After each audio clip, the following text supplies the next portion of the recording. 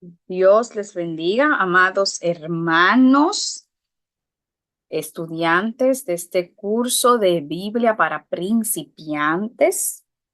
Que el Señor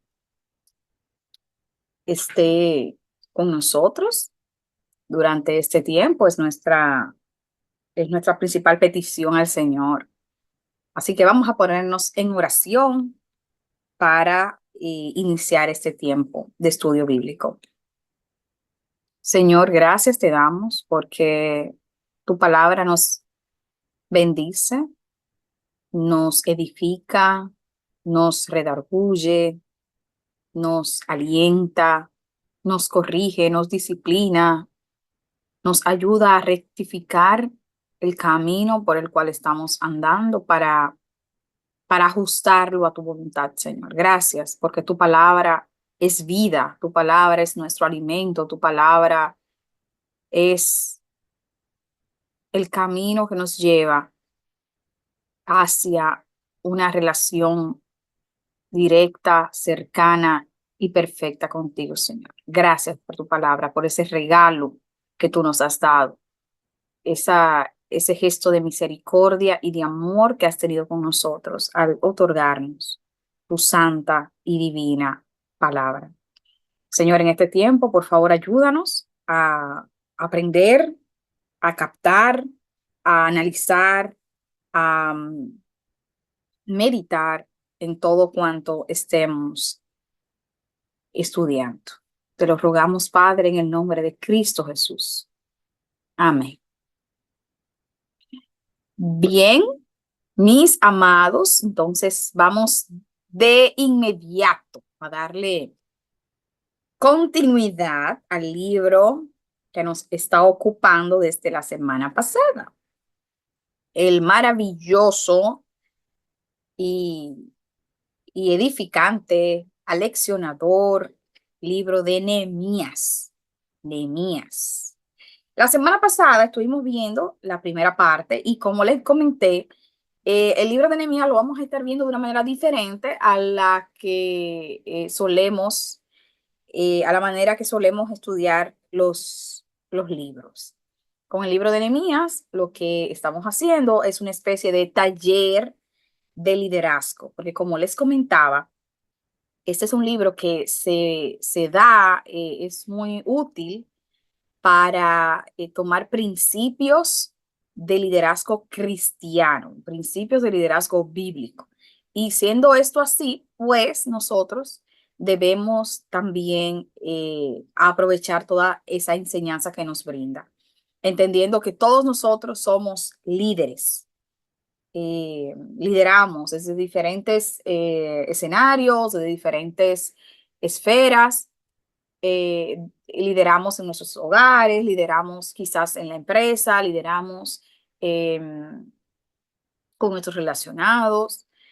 Lo cierto es que como cristianos tenemos el llamado, no es una opción. O sea, no es una opción para el cristiano ser líder. El cristiano en sí mismo está llamado a liderar, está llamado a mostrarle al mundo un mejor camino, está llamado a mostrarle al mundo un mensaje, está llamado a dar el ejemplo, está llamado a guiar al perdido hacia Cristo. Entonces, toda esa misión que tenemos por el simple hecho de, aunque no es tan simple el hecho, pero por el privilegio de nosotros ser hijos del Señor, tenemos la misión de ser líderes espirituales de un mundo que necesita urgentemente de modelos para seguir.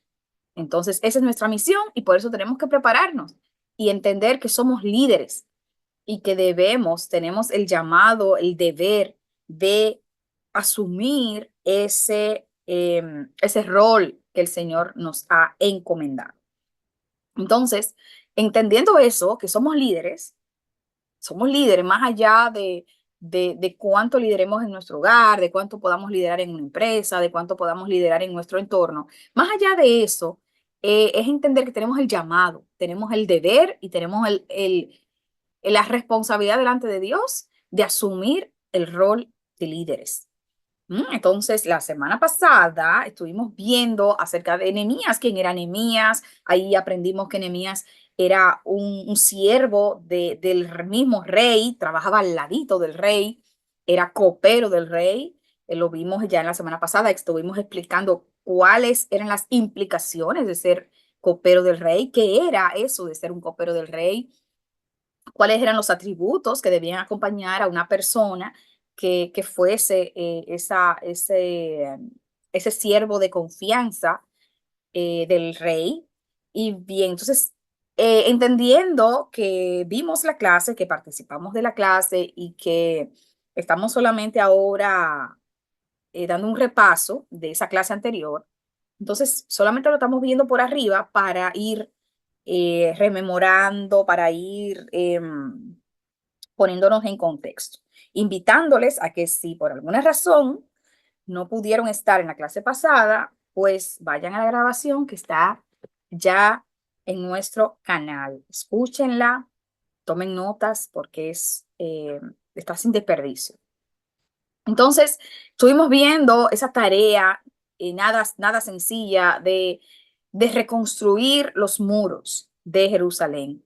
Pero no se trataba solo de reconstruir los muros. Al reconstruir los muros también se estaban reconstruyendo vidas. Las vidas de ese pueblo, de esas familias, también estaban reconstruyéndose. Y hablábamos también de la relación que había entre ese muro físico de piedra sobre piedra con lo que representaba ese muro en términos espirituales. Cierto es que esa clase de la semana pasada no es posible que ninguno de ustedes se la pierda, porque es imposible que en este tiempo podamos abarcar todo lo que hablamos y no quisiera que se perdieran ninguno de los principios que estuvimos viendo. Hablábamos de esa capacidad de un líder de identificarse con el dolor de los demás.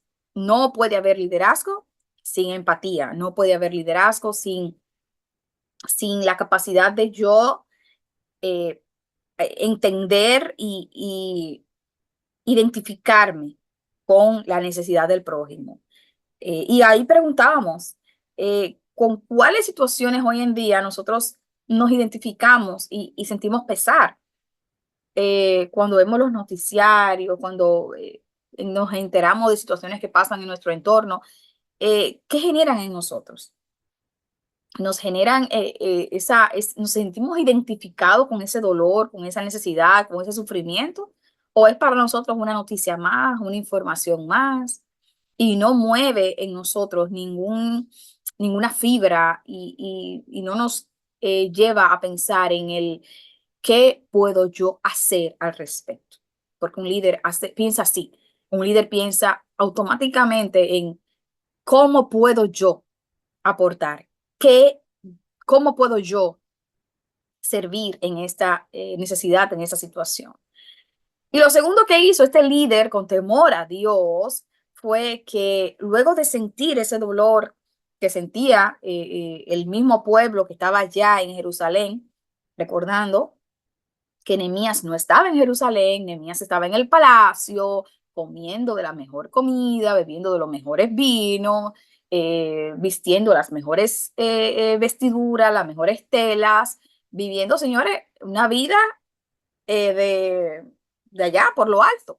Sin embargo, cuando él se enteró de que sus hermanos eh, judíos estaban allá en Jerusalén pasando trabajo, y que estaban desvalidos, que estaban desmotivados y que estaban en una condición deplorable, él no lo vio como algo lejos, como algo distante. Bueno, ellos están allá y yo estoy aquí. No, él inmediatamente dijo, caramba, no solo me duele saber que mis hermanos están sufriendo, sino que tengo que ver cómo puedo ayudar, qué puedo yo hacer para aportar a la causa. Y la primera obra que hizo fue ponerse en oración.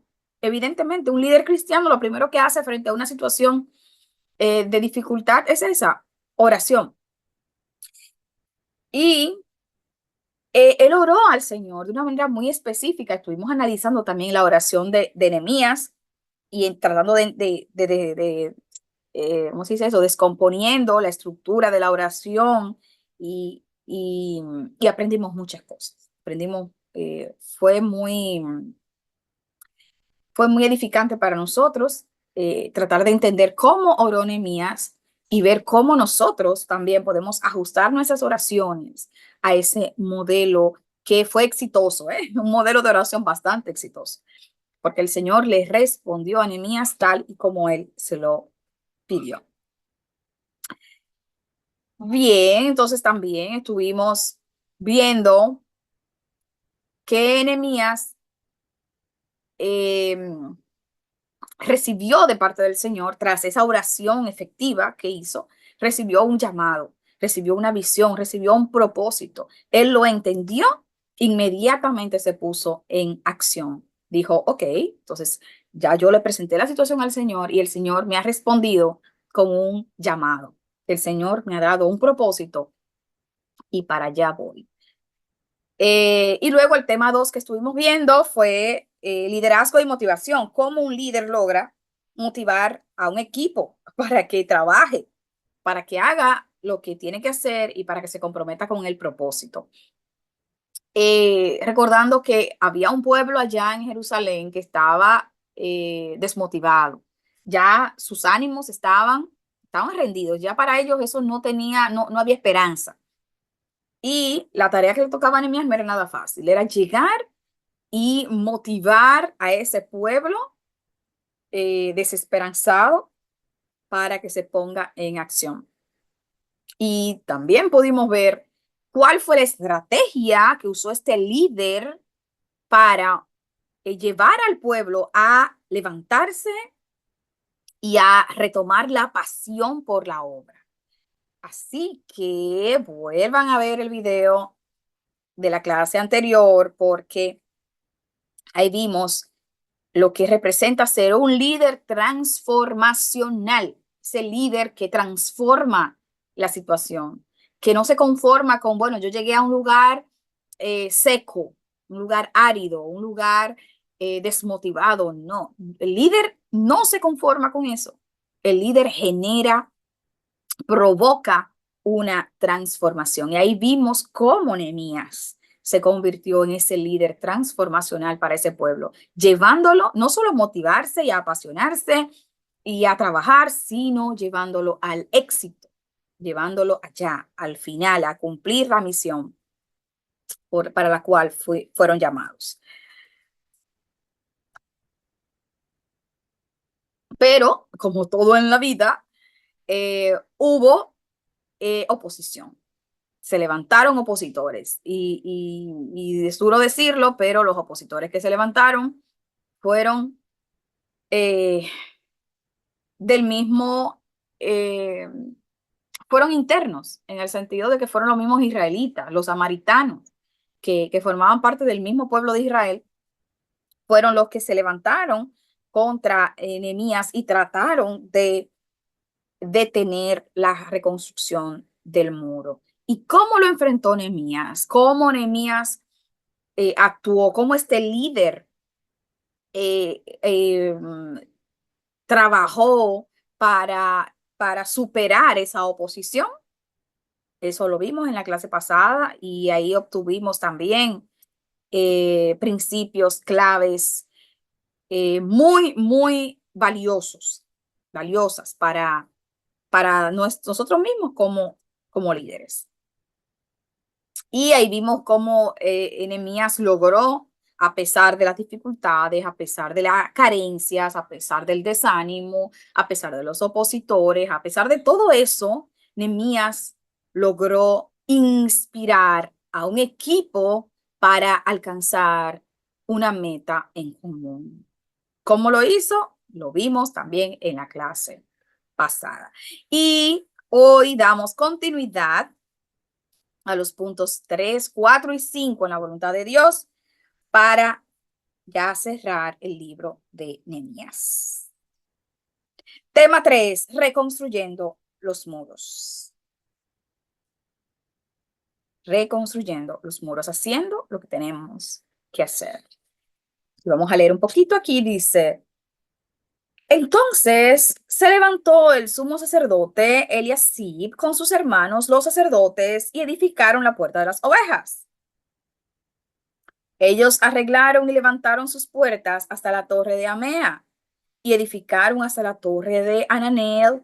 Junto a ella edificaron los varones de Jericó, y luego edificó Zacur, hijo de Imri, los hijos de Sen, edificaron la puerta del pescado. Ellos la enmendaron.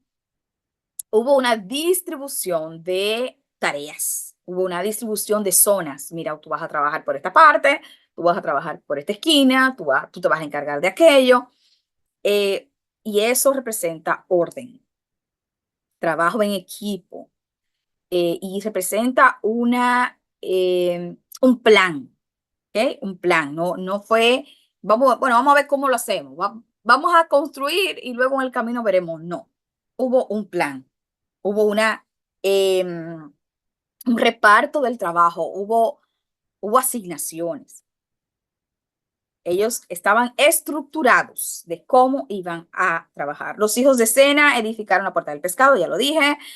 Junto a ellos restauró Sadoc, hijo de Bana, e inmediato a ellos restauraron los tecoitas. Recordemos, hablábamos de los tecoitas hace varias clases atrás, que formaban parte de la tribu de Leví y servían en el templo. Pero sus grandes no se prestaron para ayudar a la obra de su Señor. Ahí pusieron un pero. Sirvieron fulano, pero los grandes, es decir, los más poderosos, los más ricos, los más encumbrados del pueblo de los judíos, de Judá, ellos no quisieron trabajar. Es posible que entendieran que ellos ya estaban dando el dinero, ya yo estoy ayudando con lo económico, así que trabaje otro, que sude otro. La puerta vieja fue restaurado por Joaida, hijo de Pasea, y Mesulán, hijo de Besodías. Ellos la enmendaron y levantaron sus puertas con sus cerraduras y cerrojos. Junto a ellos restauró Melatías Gabaonitas. Recordemos la historia de los Gabaonitas allá en el tiempo de Josué. Esos fueron los que engañaron a Josué. Eso lo estuvimos viendo. Engañaron a Josué, diciéndoles que ellos no vivían cerca de la zona, sino que venían de muy lejos, y Josué hizo pacto con ellos. Y desde entonces los gabaonitas se convirtieron en siervos de los judíos. Y Jadón, Meronotita, varones de Gabaón, junto a ellos restauró Uziel, hijo de Araía, de los plateros. Me gusta eso, de los plateros. Junto al cual restauró también Ananías, hijo de un perfumero. Así dejaron reparada a Jerusalén hasta el muro ancho. Señores, el platero, los levitas, que lo que estaban eran para servir en el templo, incluso los que trabajaban con perfumes. Piensen en cómo será la mano, cómo serán las manos de una persona que se dedica a trabajar con perfume. Probablemente esté siempre olorosa y delicada, suave, y pensar que una persona que está acostumbrada a trabajar con perfumería, señores, y que, bueno, me toca trabajar ahora con ladrillo, con piedra, con martillo, y me encanta esto porque no hubo un yo no estoy aquí para eso, o un eso no es lo que me toca, y no hubo claro, hay un paréntesis ahí. Me gusta porque eso significa que Dios lo vio. Dios lo vio, evidentemente Dios lo ve todo, ¿eh? Lo que quiero decir con esto es que no fue algo que el Señor excusara. Dice ahí, pero sus grandes no se prestaron para ayudar a la obra de su Señor. Es decir, Dios lo tomó en cuenta. Dios lo tomó en cuenta. No creamos que, bueno, ellos no quisieron y punto. No, ellos no quisieron, pero Dios lo tomó en cuenta. De eso podemos estar completamente seguros. Pero a lo que quiero llamar la atención es que qué bonito que el que se dedica a la plata, eh, el orfebre, no, no dijo, bueno, es que yo no sé trabajar con piedras, yo no soy albañil. Y el que trabajaba con perfume no dijo, no, pero es que yo no soy albañil. No, ahí todo el mundo aportó. Eh, todo el que se identificó con la obra no puso peros y aportó. Junto a ellos restauró también Refaías, hijo de Ur, gobernador de la mitad de la región de Jerusalén. O sea, ya pueden ver quiénes también estaba ahí construyendo, restaurando, levantando piedras. Un hijo del gobernador, gobernador de la mitad de Jerusalén. El hijo de él, el hijo del gobernador, estaba ahí también, levantando piedras, hombro a hombro, sudando junto con los demás hombres. Junto a ellos restauró Salum, hijo de Aloés, gobernador de la mitad de la región. Es decir, ahí hay dos hijos, dos hijos.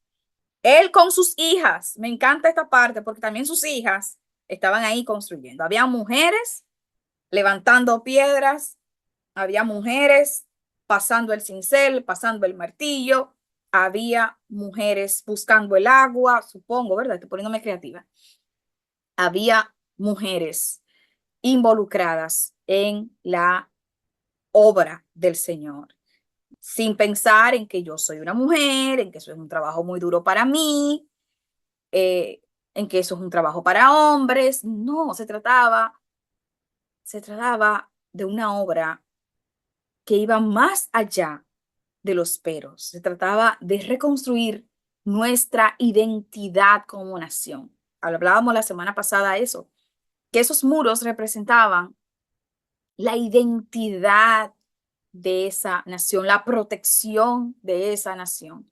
Y es realmente encantador ver cómo todas esas personas con diferentes talentos, con diferentes dones, con diferentes llamados, con diferentes habilidades, se unieron todos bajo el liderazgo de Nehemías para una obra en común. Y dice, también los sacerdotes restauraron. Después de ellos también Benjamín y Asud frente a su casa, y después de eso restauró a Azarías, hijo de Ananías, cerca de su casa, desde la puerta de los caballos, restauraron. Una de las estrategias que usó Nehemías fue ubicar a la gente para que reconstruyera lo más cerca de su casa posible, por múltiples razones. Por un tema de identificación, es decir, yo muevo, si este pedazo de muro está cerca de mi casa, yo tengo que asegurarme de que quede bien fortalecido, de que cada piedra quede bien ajustada y de que si hay una brecha, no sea por ahí. Si hay una falla, no sea frente a mi casa.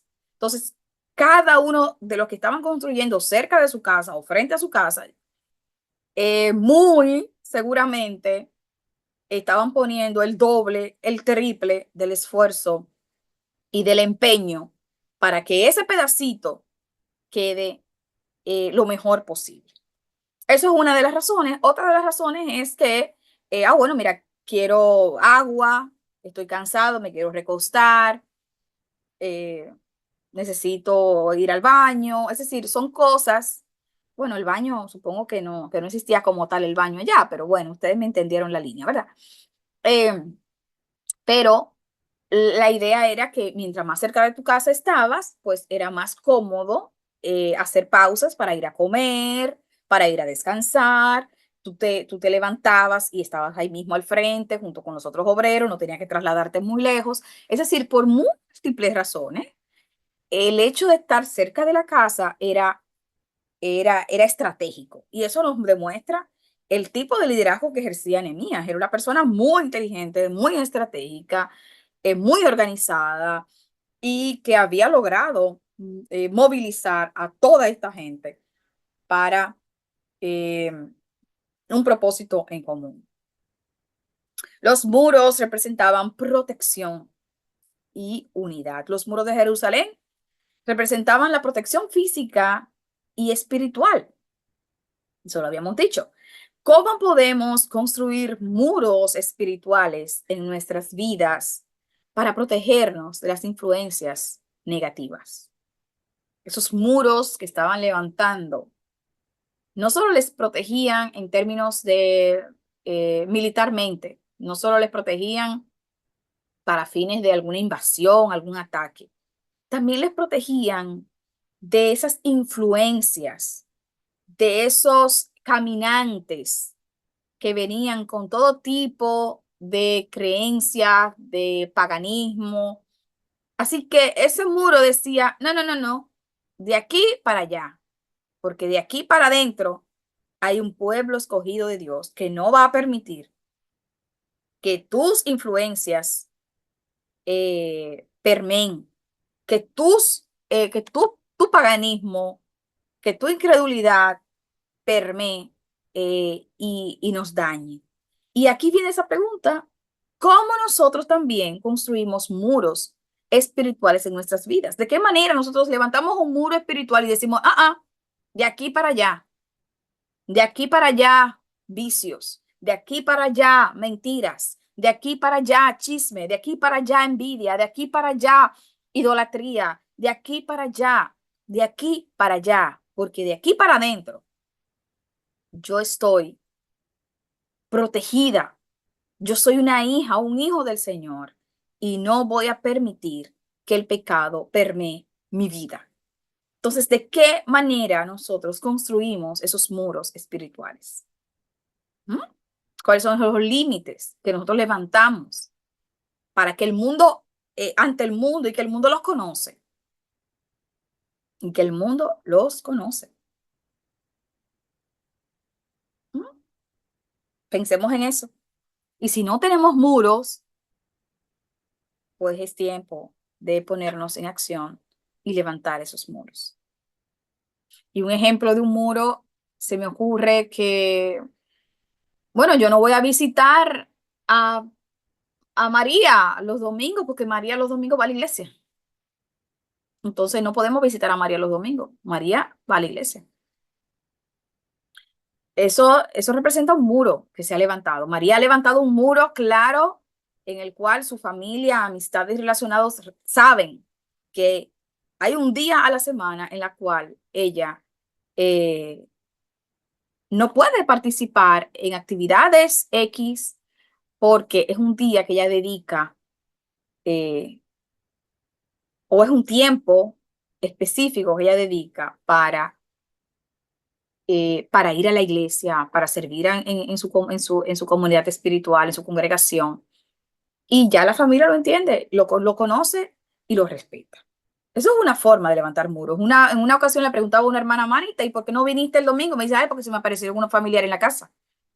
Se me aparecieron el domingo, justo antes de nosotros salir, se aparecieron. Y me dio vergüenza. No pude, no supe cómo decirles que me iba.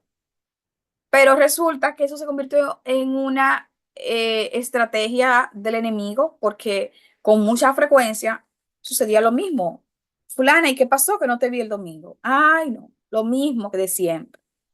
Se me aparecen los sobrinos, se me aparecen la familia y me impiden venir a la iglesia. Es un muro sencillo que le estoy poniendo, es un ejemplo, ¿no?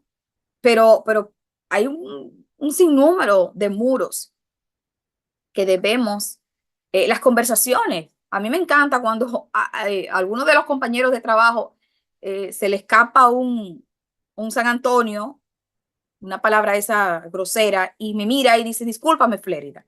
Eso es bonito, eso representa un muro de respeto y de caramba, de eso mismo, ¿no? De respeto que se ha levantado y que, bueno, con Flérida no. Desde delante de Flérida, no, porque hay un muro que se ha levantado que dicen, de aquí para allá, con esas palabras groseras, con palabras obscenas, porque de aquí para acá no te lo permito. Entonces, ¿cómo nosotros estamos levantando muros a nuestro alrededor y diciéndole a la gente, no, no, no, no, no, no, hay límites? Yo soy hijo, hija de Dios. De aquí para acá, yo no acepto eso. Bien. Y aquí hay algunos ejemplos. Dice, derribar cosas negativas que afecten la salud mental, la tranquilidad y la paz. Es decir, a veces nosotros sabemos cuáles cosas nos afectan. Nos afectan la tranquilidad, nos afectan la paz, nos afectan nuestras emociones. ¿De qué manera nosotros levantamos muros y le ponemos límite a esas cosas? Y puede ser algo tan básico como, mira, yo de noche yo no voy a ver noticiario porque me acuesto turbada, me acuesto turbado con tantas cosas tan feas que salen en los noticiarios. Es una manera de levantar un muro. No, no, no. Hay programas de televisión que no voy a ver porque están promoviendo ideologías que no quiero que entren a mi casa, no quiero que entren a mi familia. Levantar muros, aunque esto seguro, señores, va a generar oposición. No pretendamos que vamos a levantar muros y que todo va a estar normal. Eso no será. Al levantar muros también vendrán opositores. Bien, los muros trabajando juntos para un objetivo en común. Miren ahí, las mujeres trabajando. La reconstrucción de los muros fue un esfuerzo de equipo donde cada persona contribuyó con sus habilidades y sus recursos. Eso es importante. Eso es muy importante. El líder no excluye a nadie. Todo el mundo puede servir desde de alguna manera. Y si no hay ninguna forma de que una persona pueda servir, entonces el líder está carente de visión. Es posible que simplemente ese líder no pueda verlo, no pueda verlo. Y ahí entonces el fallo está en el líder. Cuando hay un trabajo de cualquier tipo, de muchas personas, y alguien se acerca y dice, dime, ¿cómo puedo ayudar? El líder nunca le dice, no, de ninguna manera, ya estamos resueltos. No, imposible. Siempre hay una manera de ayudar. Todo el mundo puede ayudar. Todo el mundo puede ayudar, sin importar la edad, sin importar el sexo, eh, sin importar nada. Cualquier persona que tenga la intención y el deseo de servir puede hacerlo o debería poder hacerlo. En nuestra congregación tenemos a una hermana que no puede caminar, está en silla de ruedas. Es una hermana muy amada por nosotros, por nuestra congregación, y desde hace un tiempo ha estado quebrantada de salud y ha estado en cama. Pero de ánimo está bastante fuerte.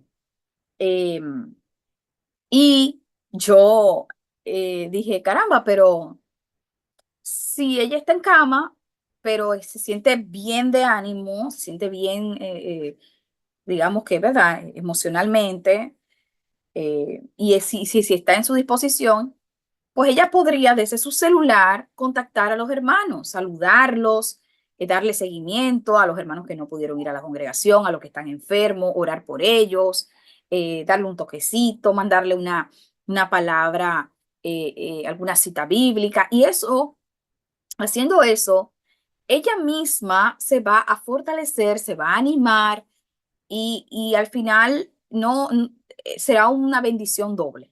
Entonces le cuento esto y precisamente cuando se lo planteamos a la hermana, ella estuvo feliz. Se lo planteamos y ella estuvo feliz de saber que desde su cama postrada, ella podía servir a la congregación y servir a su Señor. Siempre hay una manera en la cual el que quiere servir pueda servir. ¿Cómo podemos fomentar la colaboración y la unidad en nuestras iglesias y comunidades? ¿De qué manera nosotros podemos ampliar nuestra visión y pensar en cómo integrar a todos en el trabajo? En una iglesia no debería aceptarse manos caídas. no debería aceptarse en manos caídas. Aún los niños. En nuestra congregación eh, hay que montar, desmontar, y es hermoso ver a todos los hermanos, desde los niños más pequeños, hablo de 7, 8 años, eh, armando sillas, poniendo sillas, guardando equipos, desmontando, amarrando los cables.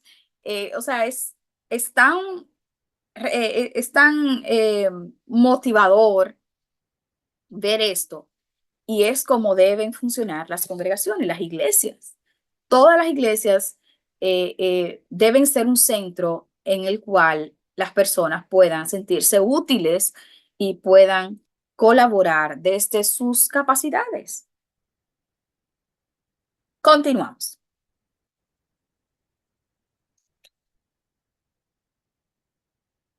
Dice así. Después, aquí abajo dice, de él restauró Malquías, hijo del platero, era lo que hablábamos, hasta la casa de los sirvientes del templo y de los comerciantes, enfrente de la puerta del juicio y hasta la sala de la esquina. Y entre la sala de la esquina y la puerta de las ovejas, restauraron los plateros y los comerciantes.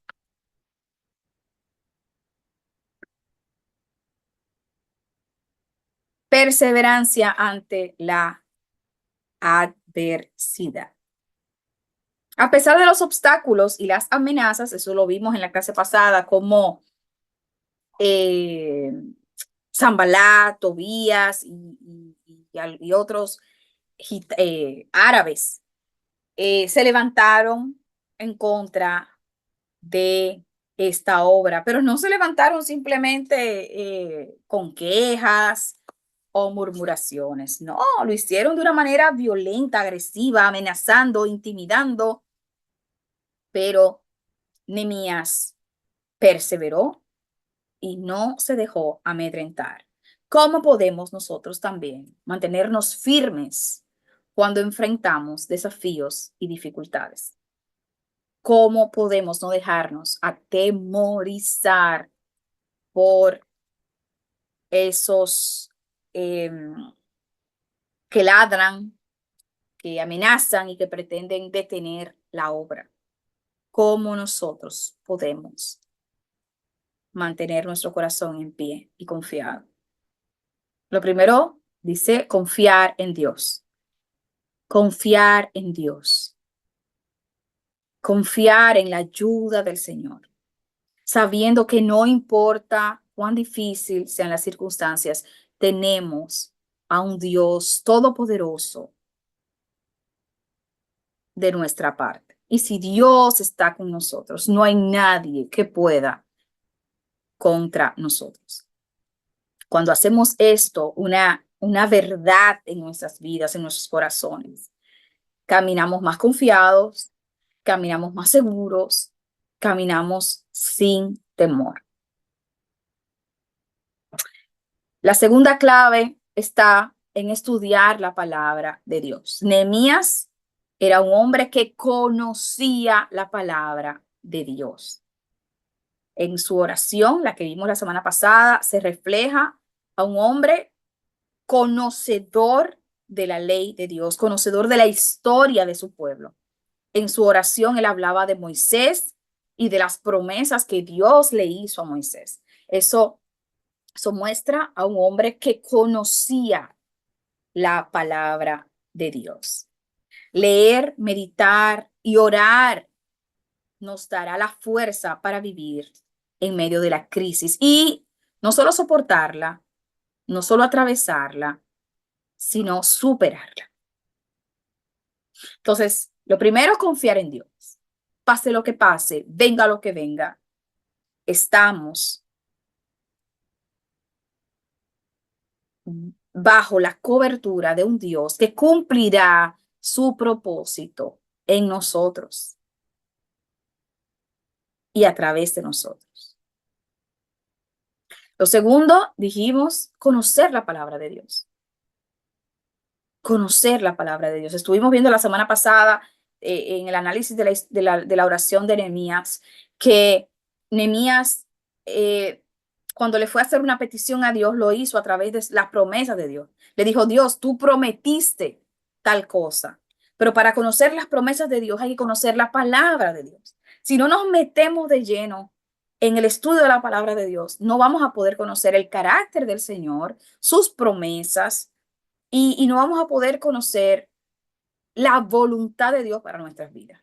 Y vamos a estar dando pasos a ciegas, y en la mayoría de los casos, pasos erróneos. Y lo tercero es pedirle a Dios que aumente nuestra fe. Ser honesto, Señor, mire, en este momento tengo temor.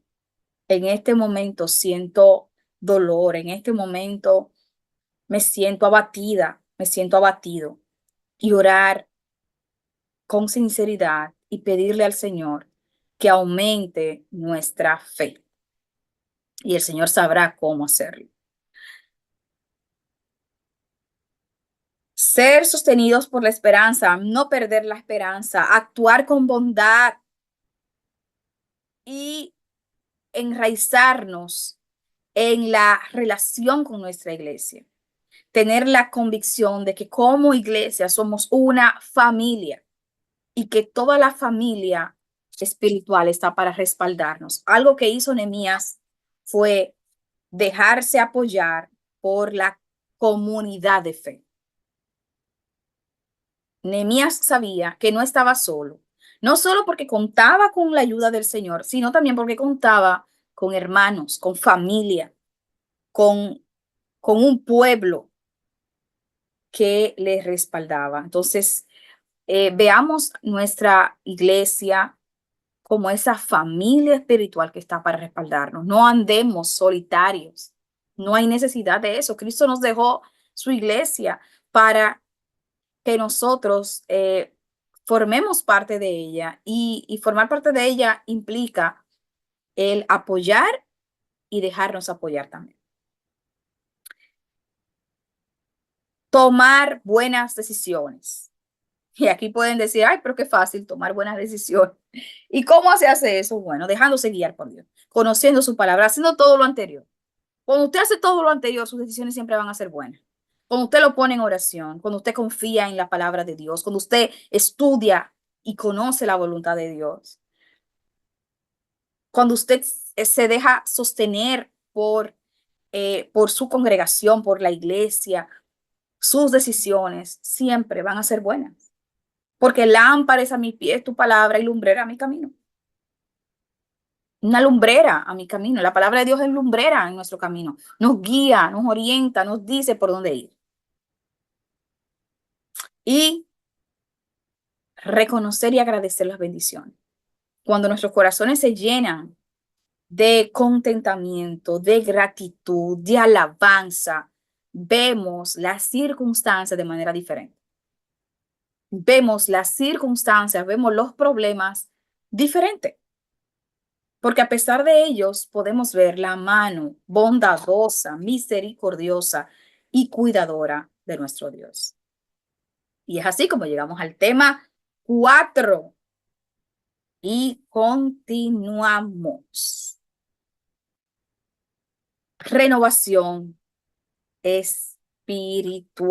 Y esta parte es la que más me gusta del carácter de Nehemías, de la obra de Nehemías y del libro de Nehemías. Así que vamos a prestar atención aquí. Y se juntó todo el pueblo se juntó como un solo hombre. Y ahí es donde hablo de la unidad que ellos tenían como pueblo. Se juntaron todos como un solo hombre en la plaza y dijeron a Esdras, recordemos a Esdras en la clase anterior, el escriba, que trajese el libro de la ley de Moisés. Recordemos que Esdras era experto en la ley de Moisés porque era escriba. O sea que en ocasiones le tocaba transcribir, reescribir la ley. Así que él la conocía muy bien. Y no solo la conocía, sino que también la enseñaba. Entonces le dicen a Esdras, Esdras, por favor, trae el libro de la ley de Moisés, la cual Jehová había dado a Israel. Y el sacerdote Esdras trajo la ley delante de la congregación. Había hombres, mujeres y todos los que podían entender el primer día del mes séptimo.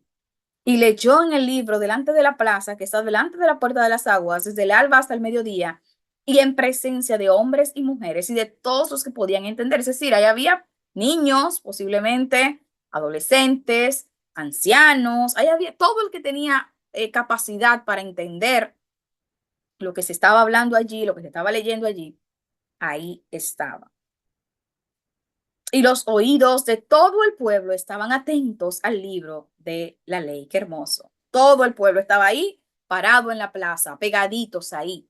Dice la palabra, como un solo hombre, estaban ahí pegaditos y escuchando lo que Esdras estaba leyendo. Y dice, y el escriba Esdras estaba sobre el púlpito de madera que habían hecho para ellos. Es decir, ellos elaboraron un púlpito de madera específicamente con ese propósito, para leer ahí la ley de el Señor. Y junto a él estaban Matatías, Sema, Anías, Urías, Hilcías y Masías a su mano derecha. Y a su mano izquierda también había un grupo apoyándole. Abrió pues Esdras el libro a ojos de todo el pueblo, porque estaba más alto que todo el pueblo. Y cuando lo abrió, todo el pueblo estuvo atento. Bendijo entonces Esdras a Jehová, Dios grande. Y todo el pueblo respondió, amén, amén, alzando sus manos. Y se humillaron. Qué hermoso, Señor, qué momento, qué momento. Y adoraron a Jehová inclinados a tierra. Todo el pueblo. Imaginémonos esto, todo el pueblo, imagínense ustedes, miles de personas ahí diciendo amén, amén, con las manos arriba, clamando al Señor de rodillas. Wow, gloria a Dios. Y los levitas, Jesúa, Baní, Serabías, estaba atento en su lugar y leían en el libro de la ley de Dios claramente y ponían el sentido de modo que entendiesen la lectura. Me gusta eso, me gusta, porque el Señor prepara maestros, el Señor prepara gente para que expliquen su palabra. ¿Mm? Qué hermoso. O sea, Esdras no solo lo leía, sino que lo iba explicando, así, eh, tipo sermón, como el que vemos en nuestras congregaciones, así mismo. Lo leía y lo iba explicando al pueblo. Qué hermoso. Y Nehemías, el gobernador, y el sacerdote Esdras, y los levitas que hacían entender al pueblo, dijeron a todo el pueblo, día santo es a Jehová nuestro Dios. Qué hermoso. Es decir, miren, este es un día especial. Eso fue lo que dijeron. Este es un día especial. No os entristezcáis ni lloren, no se entristezcan ni lloren. ¿Por qué? Porque al leer la palabra de Dios, sus corazones se entristecieron, entendiendo que ellos no estaban cumpliendo la voluntad de Dios. Qué hermoso. Ustedes se imaginan lo que es leer la Biblia y que nuestros corazones vayan meditando en a qué nivel yo estoy cumpliendo con la palabra de Dios. Y es inevitable que si vamos con esa mentalidad a la palabra del Señor, nuestro corazón se entristezca. Claro, nos vamos a entristecer porque vamos a ir viendo en su palabra todo lo que Dios espera de nosotros. Y al final tendremos que dar gloria a Dios por el sacrificio de Jesús. Tendremos que decir, Señor, gracias por Cristo, porque yo jamás podría cumplir con esto. El problema era que en aquel momento ellos no tenían a ese Cristo, a ese medio de gracia. Ellos no podían decir, bueno, yo humanamente no puedo, pero soy justo por el sacrificio de Cristo. Ellos no tenían a ese Salvador. Así que ellos evidentemente se afligieron sufrieron, lloraron, porque se dieron cuenta de que estaban todos perdidos delante del Señor. Estaban todos condenados delante del Señor, porque no estaban cumpliendo la ley de Dios. Así que era un momento de desesperanza, de tristeza, de dolor, de llanto, de quebranto y de arrepentimiento también. Gloria a Dios por eso. Entonces ellos le dicen, no, no, no, tranquilos, no se entristezcan, no lloren, porque todo el pueblo lloraba oyendo las palabras de la ley. Luego les dijo, vayan, coman, beban, celebren, porque día santo es a nuestro Señor. No os entristezcáis, porque el gozo de Jehová es nuestra fortaleza. Qué hermoso, qué hermoso, qué hermoso. Ahí vino una voz de aliento diciéndoles, tranquilos, tranquilos, que si el Señor nos está dando esta oportunidad de encontrarnos con la verdad, Él también va a extender sobre nosotros su misericordia. Tranquilos. Y todo el pueblo se fue a comer y a beber y obsequiaron porciones a los vecinos y gozaron de grande alegría porque habían entendido las palabras que les habían enseñado. Esa es la actitud de un corazón que ha alcanzado gracia y misericordia. Gozo, alegría. Eh, y me gusta porque dice, y obsequiaron porciones, es decir, no comí solo, no celebré solo, no me gocé solo, yo llevé también esta bendición a la casa de mi vecino. Yo también compartí de mi alegría, de mi gozo con quienes estaban cerca. Y esa es la misión de nosotros como cristianos. Si el Señor nos ha dado a través de Jesucristo tan grande bendición, también debemos tocar la puerta del vecino, tocar los corazones de los que tenemos cerca y bendecirlos con esa porción de gracia y misericordia que nosotros hemos alcanzado, llevándoles el mensaje del Evangelio. Y hallaron escrito en la ley de Jehová, había mandado por mano de Moisés que habitasen los hijos de Israel en tabernáculos en la fiesta solemne del mes séptimo y que hiciesen saber y pasar pregón por todas sus ciudades. Es decir, encontraron también principios de fiestas solemnes y de cómo debían hacerlo. Y hubo alegría muy grande y leyó Esdras en el libro de la ley de Dios cada día, desde el primer día hasta el último, e hicieron la fiesta solemne por 7 días y el octavo día fue solemne asamblea según el rito. Es decir, ellos, ok, vamos a retomar las fiestas solemnes, vamos a retomar los rituales que el Señor ha determinado y vamos a ponernos a cuentas con Dios. Vamos a empezar, Dios nos está dando esta oportunidad y es tiempo de marcar un antes y un después. Tenemos que, ya encontramos la palabra, ya Dios nos dio la oportunidad de entenderla. Ahora, después de leerla, después de entenderla, lo que sigue es la obediencia. Si ustedes, estudiantes amados de este curso, si ya hemos visto todos los 10, 12 libros que hemos visto alrededor, ¿verdad? Eh, Ya lo leímos, ya lo entendimos, ahora queda obediencia. Si usted lee, si usted entiende y no obedece, usted está siendo rebelde. Rebelde. Bien. Puntos para meditar. Transformando vidas con la palabra de Dios. ¿Usted quiere saber cuál es la forma de transformar una vida? Con la palabra de Dios. Con la palabra de Dios. En una ocasión alguien me habló de un amigo muy, de muchos años atrás. Era un amigo de adolescencia, de juventud, y alguien, una amiga en común, me dice, ay, él está muy cambiado. Y yo recuerdo que le digo, ah, él está muy cambiado, pero aceptó a Cristo. El Señor hizo algo en su vida. Me dice, no.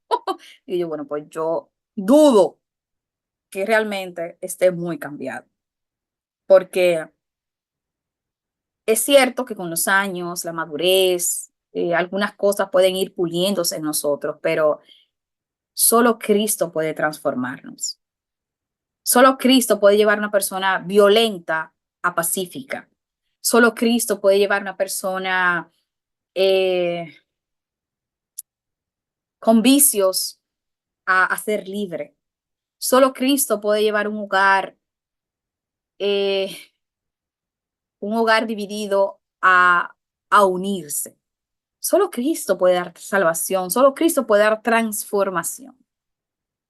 ¿Usted quiere saber la manera de transformar su vida? Con la palabra de Dios. Solo Dios, con su palabra, puede lograr una renovación espiritual. Solo Dios y su palabra pueden llevar transformación, como pasó con el pueblo de Israel. El pueblo de Israel no transformó su mente y su corazón hasta que no se enfrentó con la palabra de Dios. Hasta que no tuvo, no con la palabra de Dios, sino hasta que no se enfrentó a la palabra de Dios. Hasta que no tuvo frente la palabra de Dios. Así que tengamos eso muy presente. Queremos transformar nuestras vidas, queremos transformar nuestra mente, queremos transformar nuestro corazón, queremos transformar nuestros hogares, queremos transformar nuestro carácter. La palabra de Dios.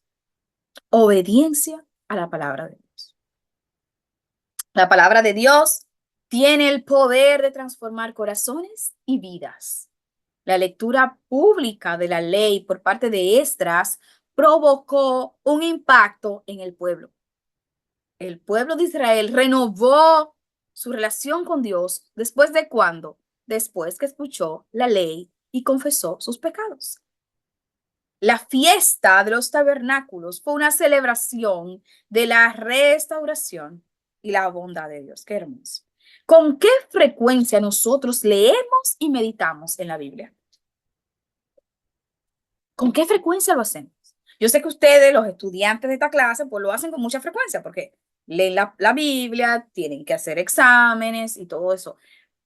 Pero eso debe formar parte de un hábito constante, un hábito para todo el resto de nuestra vida.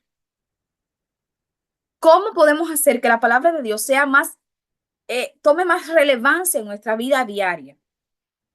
Que cuando a usted le pregunten cuáles cosas usted hace diariamente importantes, usted diga, bueno, mira, leer la palabra, saco tiempo todos los días para leer la palabra. Voy al trabajo, le dedico tiempo a los hijos, hago esto, hago lo otro, pero que el leer la palabra forme parte de su agenda diaria. ¿Cómo podemos renovar nuestro compromiso bautismal y seguir creciendo en nuestra relación con Dios? Cuando algunos de los que están aquí en la clase son bautizados, pertenecen a una congregación, y cuando se bautizó, usted hizo un compromiso con Dios, usted hizo un compromiso con su congregación, usted hizo una declaración de fe pública. Y esa declaración de fe pública no puede ser en un momento y ya. Eso debe ser un compromiso eterno. Ya usted entró en una etapa de pacto con Dios y usted debe renovar ese pacto bautismal cada día de su vida. ¿Cómo podemos expresar nuestra gratitud a Dios por las bendiciones que hemos recibido? ¿Cómo podemos celebrar, así como celebró el pueblo? ¿Cómo podemos celebrar juntos la bendición de Dios? La iglesia debe celebrar. En la congregación debe haber celebración. Y me encanta cuando se celebran los cumpleaños, cuando se celebran las bodas, cuando se celebra la vida, cuando se celebran los logros, que si un hermano se graduó, que si un hermano consiguió una meta por la cual estuvo orando. Señores, eso es hermoso. Eso es hermoso y no debemos, como congregación, como iglesia, no debemos ir a perder eso.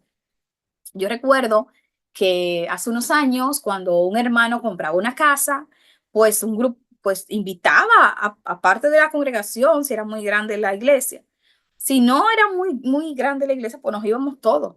Y allá y nos metíamos en la casa y orábamos por allá y celebrábamos y hacíamos una fiesta para celebrar que ese hermano compró su casa.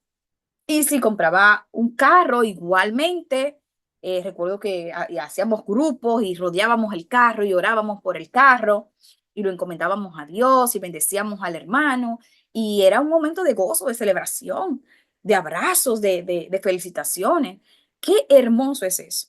Y eso no debemos dejarlo escapar. Y ya cerrando esta clase, tema 5, aplicando las enseñanzas de Nehemías.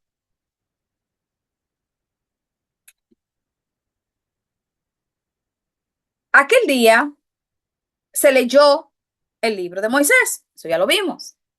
Y oyéndolo el pueblo, vieron que estaba escrito en él que los amonitas y moabitas no debían entrar jamás en la congregación de Dios, por cuanto no salieron a recibir a los hijos de Israel con pan y agua, sino que dieron dinero a Balaam para que los maldijera, mas nuestro Dios volvió la maldición en bendición. Eso lo vimos también en clase pasada, recuerdan la historia de Balaam, Balac, Balaam, la maldición que querían que Balaam le diera al pueblo, bueno, y el Señor entonces profetizó y, perdón, Balaam profetizó por parte de Dios. Bueno, cuando oyeron pues la ley, separaron de Israel a todos los mezclados con extranjeros. Y antes de esto, el sacerdote Eliasib, siendo jefe de la cámara de la casa de nuestro Dios, había emparentado con Tobías y le había hecho una gran cámara en la cual guardaban antes las ofrendas y el incienso, los utensilios, el diezmo, el grano, el vino. Más a todo esto, yo no estaba en Jerusalén, porque en el año 32, perdón, porque en el año 32 de Artajerjes, rey de Babilonia, fui al rey. Eso lo está contando Nehemías. Y al cabo de algunos días pedí permiso al rey para volver a Jerusalén y entonces supe del mal que había hecho Eliasib por consideración a Tobías. E encontré asimismo que las porciones para los levitas no les habían sido dadas y que los levitas y cantores que hacían el servicio habían huido cada uno a su heredad. Es decir, Nehemías está narrando todos los problemas que él encontró con el pueblo, dentro del pueblo. Entonces dice, reprendí a los oficiales y les dije, porque esta casa de Dios está abandonada, los reuní, los puse en sus puestos y todo Judá trajo el diezmo del grano, del vino, del aceite y puse por mayordomos. Es decir, me encanta. Él encontró problemas y ¿qué hizo? Se puso en acción, vamos a resolverlos. Vamos a resolver cada uno de esos problemas.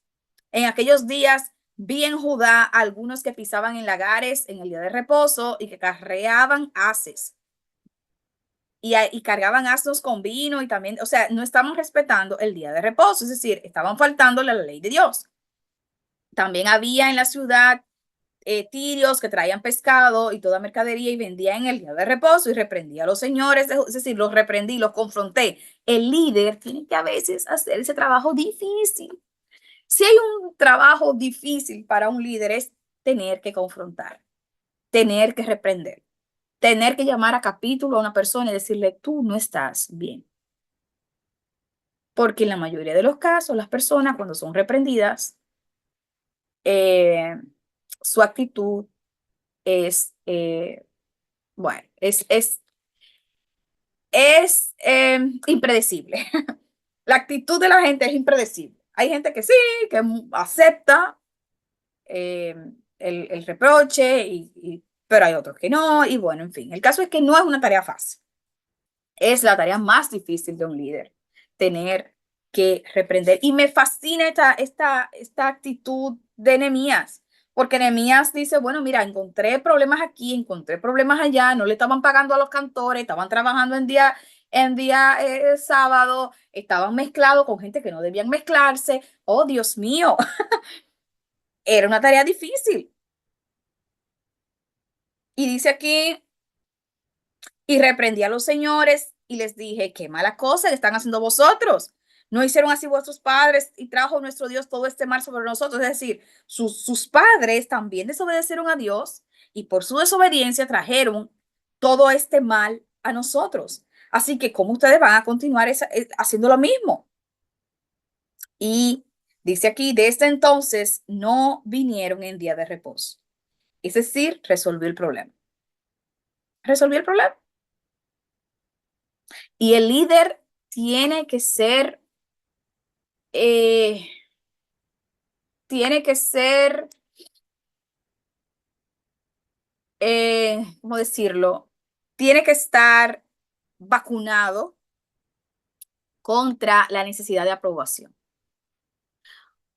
Una persona que está necesitada de aprobación jamás será un líder, porque el líder a veces tiene que hacer tareas de confrontación, de disciplina, y eso puede levantar enemistades, puede levantar personas en contra, puede levantar eh, resentimiento, y el líder debe asumir su rol sin que lo detenga la búsqueda de aprobación. Así que si usted está muy preocupado porque la gente lo quiera, porque la gente lo acepte, por no ofender a nadie, señores, el líder no puede ser neutral. El líder jamás, un líder, y menos cristiano, menos cristiano, un líder cristiano jamás podrá ser neutral. Cuando digo neutral es que, bueno, yo lo vi, pero no me quise meter en eso porque tú sabes. Bueno, sí, yo vi que estaban haciendo las cosas mal, pero no le dije nada porque tú sabes, ahorita se ofenden, no me voy a meter en esos problemas. El líder no debe, jamás, no puede, no es que no debe, no puede ser neutral. Si una gente es neutral y le preocupa mucho mantenerse en el gris, en el punto gris, ni blanco ni negro, porque no quiero ofender a nadie, entonces no tendrá un liderazgo efectivo, y menos cristiano. Porque si hay algo que los cristianos tenemos que ser, es amigos de Dios y no de los hombres, no del mundo. Y, y decir la verdad, aunque esa verdad nos traiga problemas y nos levante enemistades y nos levante conflictos. El cristiano debe enalbolar la verdad, eh, independientemente de, de cuántos problemas eso le pueda acarrear. Ahí está la fe, así se demuestra la confianza en Dios y en su palabra. Y la integridad, en eso consiste la integridad. Bien, puntos para meditar. Separación y consagración. Nehemías enfatizó la importancia de mantener la pureza y la santidad del pueblo de Dios. ¿Y ustedes creen que eso se hace fácil? ¿Ustedes creen que eso es fácil? ¿Eh?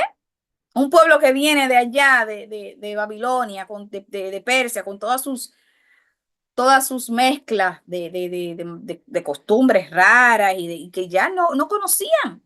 No conocían la ley de Dios, apenas estaban educando al respecto, y la tarea de Nehemías de enderezar las cosas y de llamar la atención y de corregir no era una tarea fácil. No era una tarea fácil. Firmes en nuestras convicciones. ¿Qué tan firmes somos en nuestras convicciones? ¿Mm? ¿O somos de los que negociamos lo que creemos para poder encajar? No, es que aquí yo no puedo ser tan drástica, tan radical, porque puedo ofender. Nehemías defendió la pureza y se opuso a las influencias extranjeras. El líder cristiano se enfoca en dejar un impacto positivo en el mundo. Nehemías dejó un legado duradero al reconstruir Jerusalén y restaurar la fe de su pueblo. Un líder piensa en un legado. El líder no ve la vida en el futuro inmediato, en el presente, en el ahora. Piensa en el ahora, vive tu presente. Sí, todo eso suena muy lindo, pero el líder piensa en su legado. ¿Qué legado voy yo a dejar? ¿Cómo me recordarán las generaciones futuras? ¿Cómo me recordarán mis hijos? ¿Cómo podemos vivir una vida santa en un mundo secularizado? Porque el mundo, señores, el mundo, lo normal en el mundo es todo lo que está opuesto a Dios. ¿Qué es lo normal en el mundo, señores? ¿Qué es lo normal? La fornicación, el adulterio, es normal. Eso es normal, el alcoholismo, eso es normal. Que llegue una gente a la oficina y diga, ay, es que anoche estoy resacado porque anoche me pasé de tragos. Eso es lo normal, eso causa risa, eso da chiste, porque es lo normal. Que un hombre casado ¿cómo se dice? Olvidé la palabra. Coquetee. Se me enredaron las palabras, perdón. Eh, coquetee con una de las compañeras de la oficina. Eso es normal, no pasa nada. Si usted va y reporta eso como algo inapropiado, fácilmente hasta ni caso le hacen porque no importa. Entonces, ¿cómo nosotros estamos o podemos vivir vidas santas en un mundo en el cual lo pecaminoso es lo normal? ¿Qué pasos podemos dar para nosotros fortalecernos espiritualmente? Estamos trabajando nosotros en nuestra vida espiritual, estamos trabajando nosotros. ¿Será que entendemos que que tenemos la responsabilidad de fortalecer nuestra fe, de fortalecer nuestra vida espiritual, de fortalecer nuestra relación con Dios? ¿Cómo podemos defender nuestra fe y nuestros valores en un mundo cada vez más relativista? Señores, esto es importante. El mundo todo lo ve en términos de relatividad. Para el mundo todo es relativo. El ser relativo es esa palabra famosa, depende. Mira, ¿es bueno o es malo hablar mentira? ¿Se debe o no se debe hablar mentira? Depende. ¿Se debe o no se debe vengar? La venganza. ¿Es buena o es mala? Bueno, depende.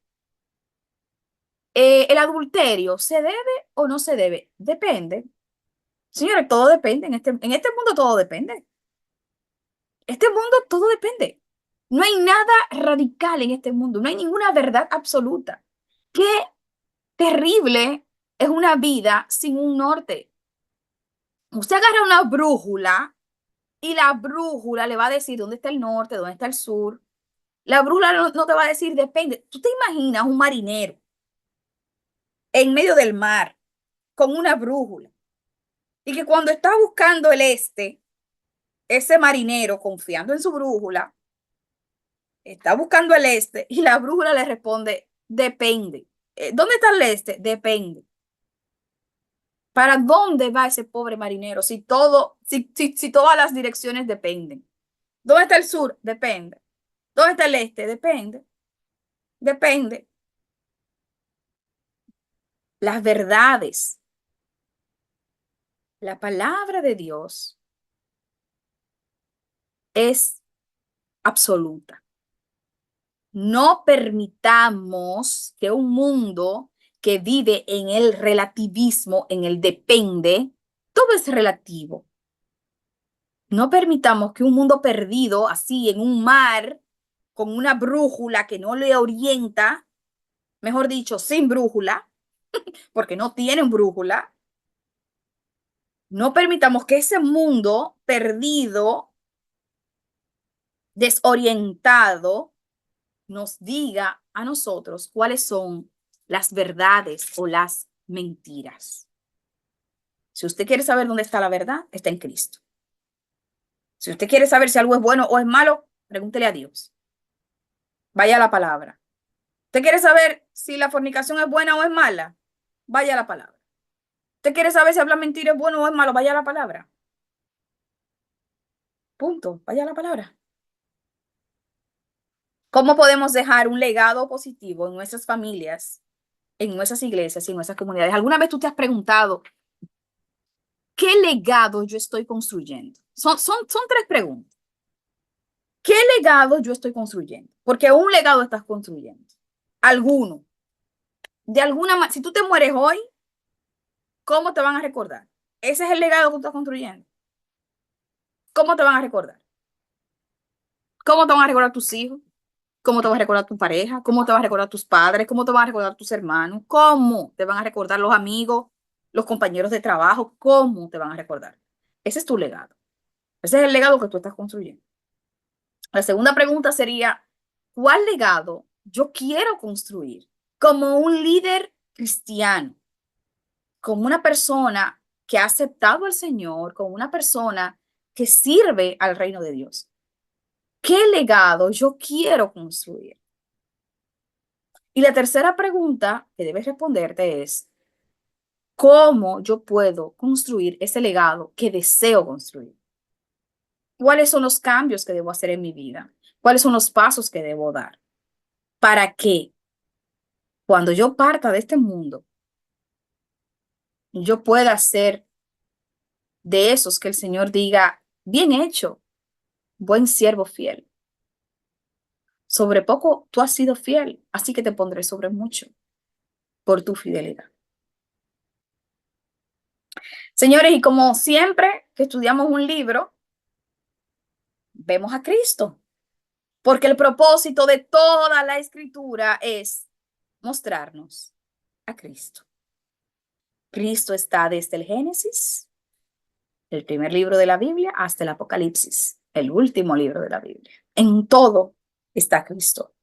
¿Y dónde está, Cristo en el libro de Nehemías? En Nehemías, ahí vemos a un tipo de Cristo, ahí podemos visualizar una imagen de Cristo. Nehemías, el copero del rey, es un líder que regresa a Jerusalén para reconstruir sus muros.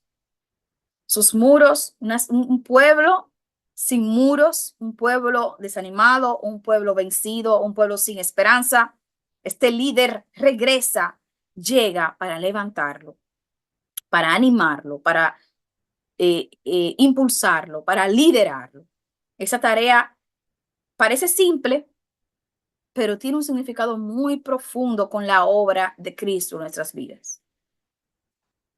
Al igual que Nehemías reconstruyó los muros de una ciudad física, Cristo vino a reconstruir nuestros corazones dañados por el pecado. Nehemías fue un instrumento en las manos de Dios para restaurar a Israel, al igual que Cristo es el instrumento de Dios para restaurar a la humanidad. La reconstrucción de los muros simboliza la protección que Cristo nos brinda contra el pecado y el enemigo, estableciendo un límite entre nosotros y el mundo. Cristo es ese muro que se levanta y establece un límite. Una vez que fueron destruidos esos muros allá en Jerusalén, representaron vulnerabilidad, debilidad, fragilidad. Su reconstrucción, ¿qué significaba? Restauración, seguridad, identidad. Y de esa misma manera, la iglesia, que es el cuerpo de Cristo, está protegida por los muros de la fe. Cristo es el fundamento sobre el cual se edifica la iglesia y su sacrificio en la cruz es ese muro que nos separa de la condenación. Los muros de Jerusalén simbolizan la unidad de los creyentes, al igual que la iglesia es un cuerpo unido en Cristo. Qué hermoso. La ley de Dios. La lectura de la ley ante el pueblo revela la necesidad de un Salvador. Perdón, que me dio un ataque de tos tremenda. Entonces, ya me calmé. Si me notan la voz extraña, es eso. Estaba tosiendo, pero ya estoy de este lado. Decimos que la ley, aunque es santa y justa, lo cierto es que la ley no puede no puede salvarnos del pecado. La ley no nos puede salvar del pecado. La ley es santa y es justa, pero no no está para defendernos, no está para excusarnos, no está para justificarnos, está para juzgarnos.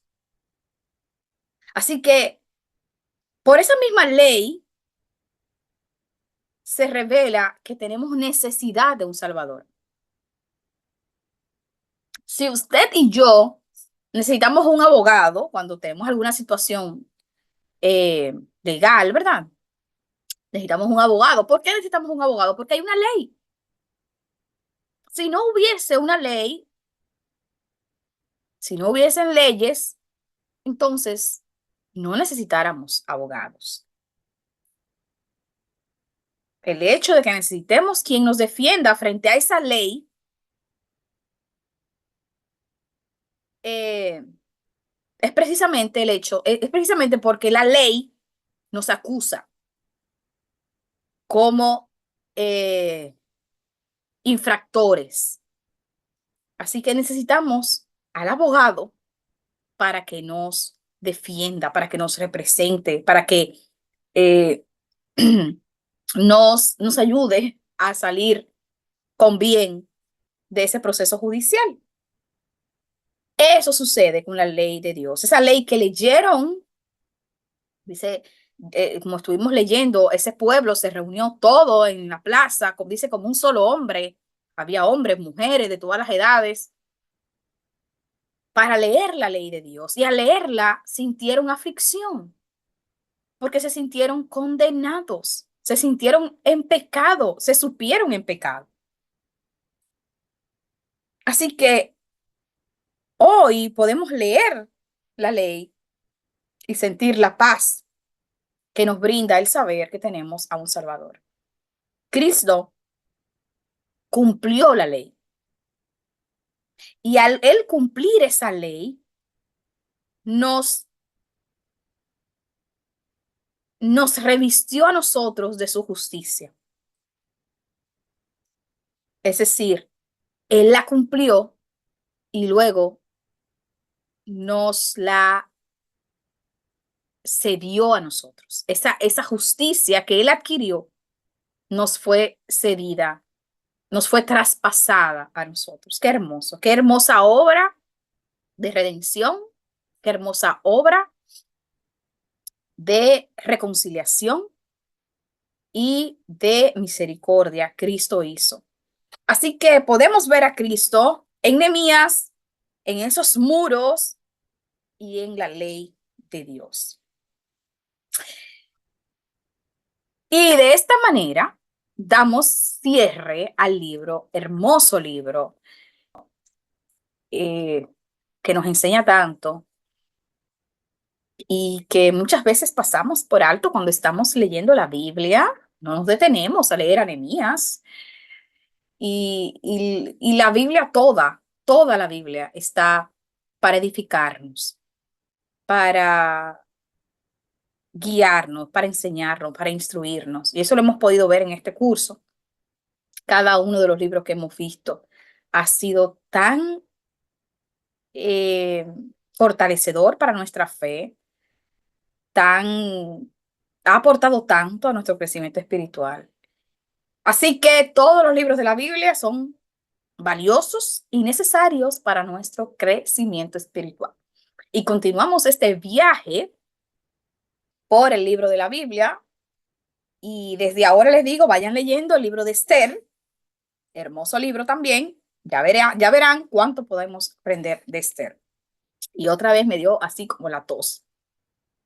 Y al cerrar esta clase, entonces esperen su examen que les será enviado a través de nuestro grupo de WhatsApp. Amados, vamos a orar para cerrar. Padre, gracias te damos por este tiempo maravilloso. Gracias, Señor, por la manera en la que tu palabra nos alienta, nos enseña, nos instruye y nos ayuda a servirte mejor. Fortalece en nosotros, Señor, ese llamado al liderazgo que tú nos has dado. Permite que seamos líderes probados y aprobados. Permite, Señor, que nuestro liderazgo se fortalezca a través del estudio de tu palabra. Permite que donde quiera que estemos, actuemos con ese nivel de sabiduría, con ese nivel de temor a ti, con integridad, con un sentido de propósito y un sentido de llamado para servirte de la manera que tú quieres. Gracias por Nehemías, gracias por su ejemplo de vida y gracias por mostrarnos su obra y a través de su obra nosotros aprender. Gracias, Padre, por tu palabra. Te amamos y te bendecimos en el nombre de Cristo Jesús. Amén. Amados, nos encontramos en la próxima semana. Recuerden que el examencito va de camino y que Dios les bendiga. Bye, bye.